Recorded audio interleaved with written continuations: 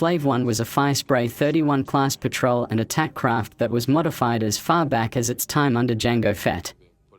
During this time, the only overt weapon systems left over from its standard layout were the tail blaster cannons, but he still made sure to upgrade them, allowing these cannons to be fired with greater precision.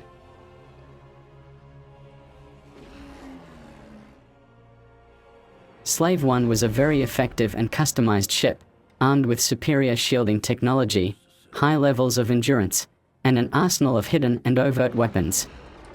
When his son, Boba Fett, took on the ship, he made his own modifications, so Slave One was filled with heavy-duty shield generators, several new weapons systems, and various types of auxiliary sensor systems. Additionally, a secret military sensor, which could be used for jamming and masking, allowed Slave One to disappear from the majority of scanning systems. The craft was equipped with overwhelming weaponry that could take out other heavily armed ships. However, with the exception of the twin blaster cannons, the weapons systems remained hidden to make the ship appear as if it was lightly armed.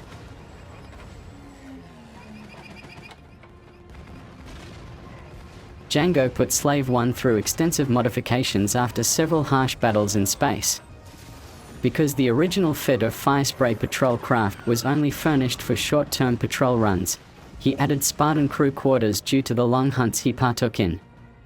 He also altered the previously police regulation cages into coffin-like cabinets that were less humane but better controlled his prisoners.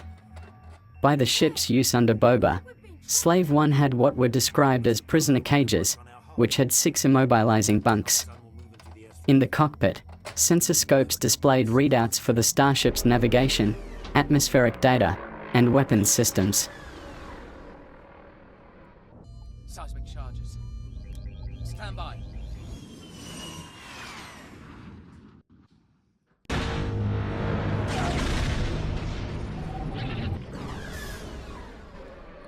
The ship became well known to the galaxy's fugitives, who recognized it as the ship owned by one of the galaxy's deadliest bounty hunters, Boba Fett, who flew Slave One to rendezvous with the Imperial fleet, where Darth Vader tasked Boba and a group of bounty hunters to capture Han Solo.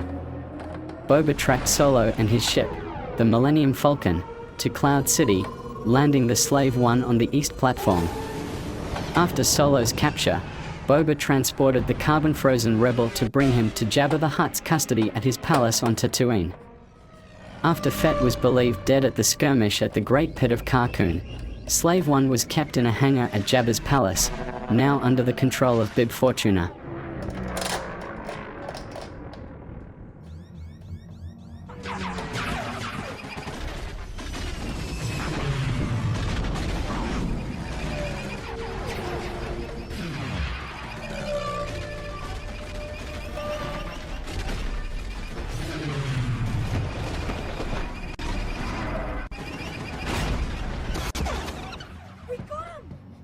We'll just have to finish him.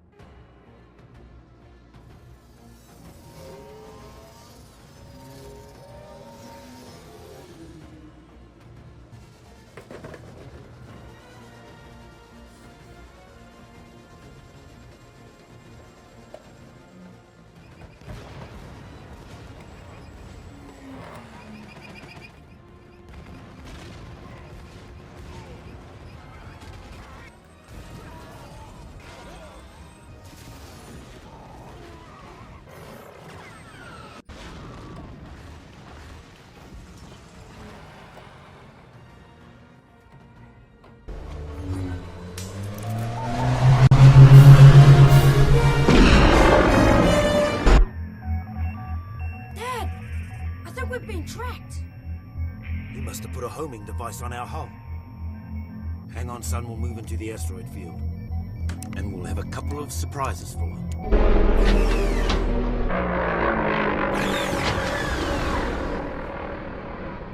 Seismic charges.